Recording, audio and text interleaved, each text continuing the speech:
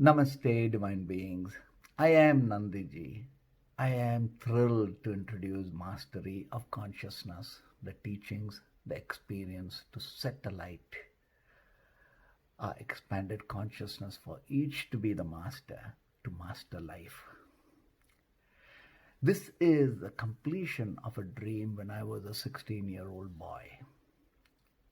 My story goes that when I was 5, I was sitting on top of my dad's shoulders and we were doing a pilgrimage through the forest into Sabarimalai. It was dark at night. We had all lost our way and we went deep and deeper into the forest. Just then we heard a tiger roar and all of the pilgrims were chanting the mantra. And just then I saw a beautiful, radiant being with a smile on his face walk towards us, and I pointed out. And he looked at us with a smile. He said, "So you have lost the way," and he points us the way out, back to the trail. And when we turned around, he was not there. Years later, any time I felt lonely, sad, I would hold my breath and there he was before me. Now, I had wanted to write a book when I was 16 years old, and that book was titled as God. I would hold the breath and try and try and try, and there he was, but there was a thought. I had to wait until the moment to be awake, to experience the divine source, God, and then to write the book. So I, in life, journeyed through. I came back from England. After studies, I was over ambitious. Within a few years, I had created a business spanning over 3 countries. And now I just completed a major deal and I should have been happy. But instead I was struck by a deep sense of sadness and emptiness and knowing that I was going to die. And at this point, I began to feel with clarity that my death was before me. It was for the first time in my life that I put my palms together and called out to God, Source, "Hey, where are you?" And that evening, there was a knock on my door, and that was my first guru. As I opened the door, he tells me, "You have death coming for you. Lord Siva has sent me to take you. Would you like to come with me?" And I said, "I've been waiting for you all my life." And he took me to Sri Kalahasti. And through the night, he did the rituals that felt to me that I was seeing the death of several lifetimes and the space in between death and being born again. A state where I could feel the pains of each of my life. And when the whole process was over, I felt I was a vast spirit inside this body. My first thought was when I felt my body, I said, "Oh my God, this body is so small. But it's okay, it's shaped okay." And I then began my journey as a yogi through the wilderness, through solitude, while everything that I called my external reality as my business, my family, everything fell apart.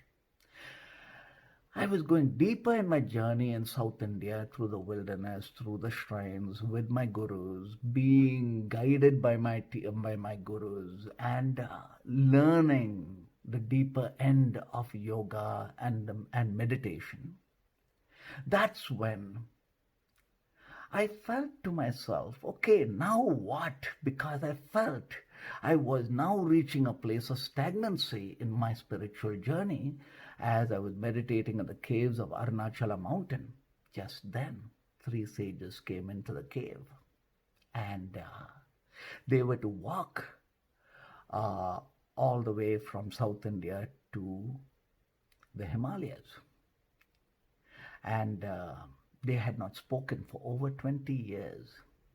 So I walked up to them and said, Swamiji, my life below in actual reality is war.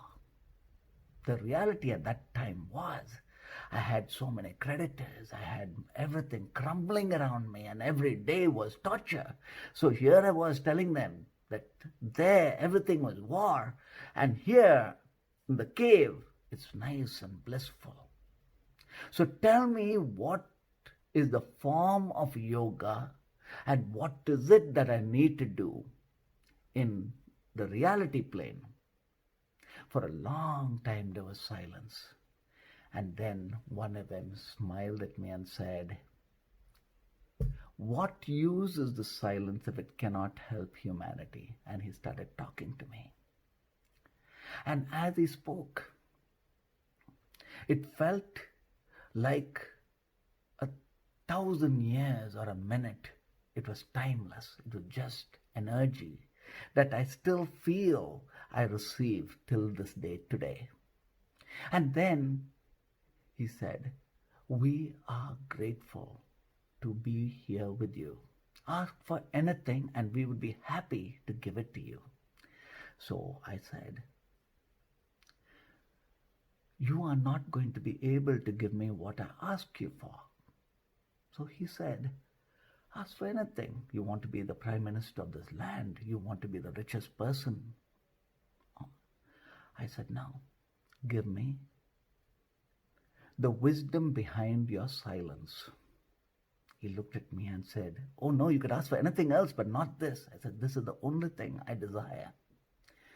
That's when he smiled and said, now we know why we broke our silence for you. You asked for the right thing. And that was the energies and blessings I received. Through my journey was being with my enlightened masters who gave me, or rather lit in me, consciousness, the light.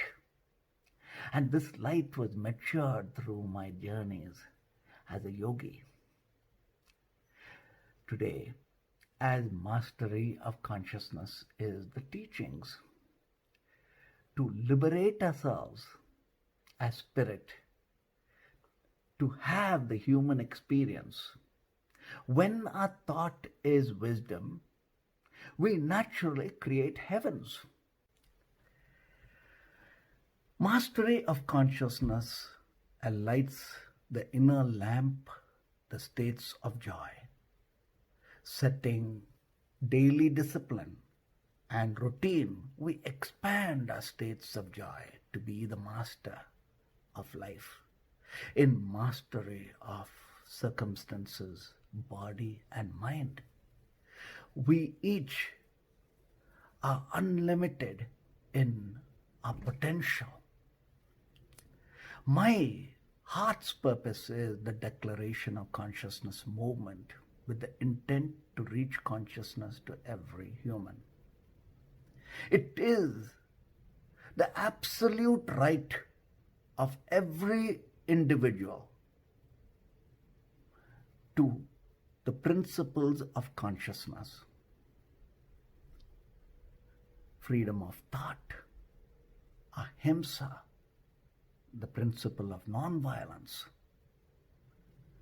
women's equality,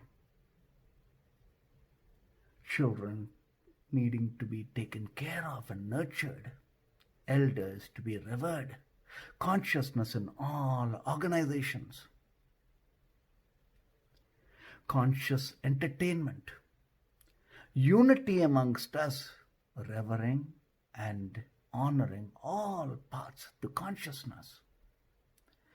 consciousness as the online grid spelt as seeness curates conscious content and rates consciousness from entertainment to enterprise to services to media.